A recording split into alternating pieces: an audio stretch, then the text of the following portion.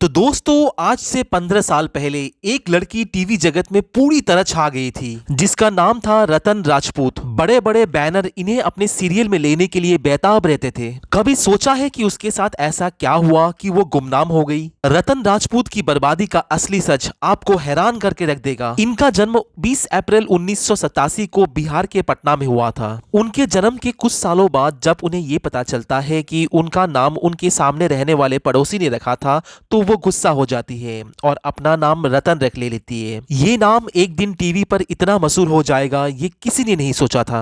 उसने दिल्ली में आकर कई थिएटर्स में काम किया लेकिन उसे पैसे की कमी होती रही हमेशा। तब रतन 2005 में पहली बार मुंबई चली गई। तब वहां जाकर रतन एक स्टूडियो से दूसरे स्टूडियो में धक्के खाने लगी। तब काफी दिनों बाद जाकर उसे कुछ छोटे मोटे रोल मिलने लगे। कभी उसे ट्रे उठाने वाली लड़की या फिर नौकरानी का रोल मिलने लगा। तब रतन को पता लगा कि एक बड़े सीरियल के लिए ऑडिशन चल रहा है। जब रतन वहां ऑडिशन देने के लिए गई तो वहां पहले से ही बहुत सारे टीवी एक्ट्रेस ऑडिशन देने के लिए गई थी। तब रतन उन सुंदर सुंदर एक्टर्स को देखकर घबरा गई और ऑडिशन दिया और घर चली गई। फिर रतन को कुछ दिनों बाद प्रोडक्शन हाउस से फोन आया कि वो सिलेक्ट हो चुकी है। उस टीवी शो का नाम था राधा की बेटियां कुछ कर दिखाएगी। जब वो ये शो कर रही थी तो एक बड़े प्रोडक्शन हाउस की नजर उस पर पड़ गई। उस प्रोडक्शन हाउस को उस शो के लिए एक साधारण सी लड़की चाहिए थी। रतन को ये शो सन 2009 में मिला जिस सीरियल का नाम था अगले जन्म मोहे बिटिया ही कीजो। इस सीरियल ने टीआरपी के मामले में टीवी जगत में सारे रिकॉर्ड तोड़ डाले। इस तरह रतन राजपूत रातों रात स्टार बन गई और अगले साल रतन राजपूत ने एक टीवी शो में अपना स्वयंवर भी रचा लिया और उसके बाद वो इतनी पॉपुलर हो गई कि बिग बॉस वालों ने भी उसे अपने घर बुला लिया। रतन राजपूत इतनी बड़ी स्टार बन चुकी थी कि उसे हर एक दिन के 1 लाख रुपए मिलने लगे थे। पहले रतन राजपूत एक किराए के मकान के लिए तरसती रहती थी मगर अब उसने एक पॉश इलाके में करोड़ों का मकान खरीद लिया। मगर एक दिन अचानक वो गुमनाम हो गई। ऐसा क्या कारण था चलिए जानते हैं। असल में रतन ने एक गलती कर दी थी। उसने एक शो कर लिया था जिसका नाम था स्वयंवर। क्योंकि इस शो के बाद उसे लोग बहुत परेशान करने लगे थे।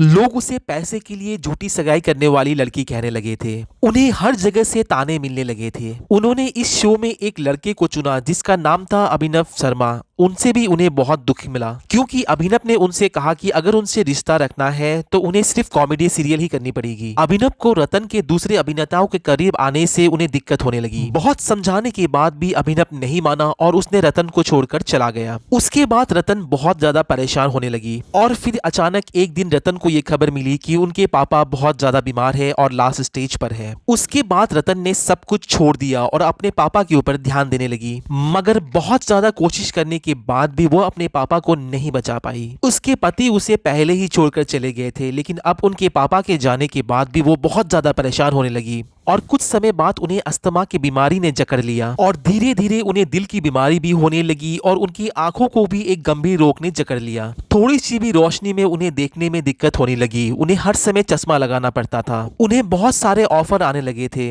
लेकिन वो उन सभी ऑफर्स को ठुकरा रही थी क्योंकि उसकी आंखें शूटिंग में जलने वाली लाइट्स को नहीं झेल पा रही थी। और इसी तरह धीरे धीरे टीवी इंडस्ट्री ने भी उन्हें पूछना छोड़ दिया था और रतन राजपूत गुमनामी के अंधेरे में गुम हो चुकी थी और इसी तरह रतन राजपूत का पूरी तरह अंत हो गया। तो दोस्तों आप में से कितने लोग हैं जो रतन राजपूत को बहुत पसंद करते थे? तो हमें नीचे कमेंट में लिखकर जरूर बताइएगा।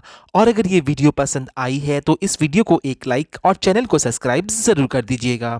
धन्यवाद।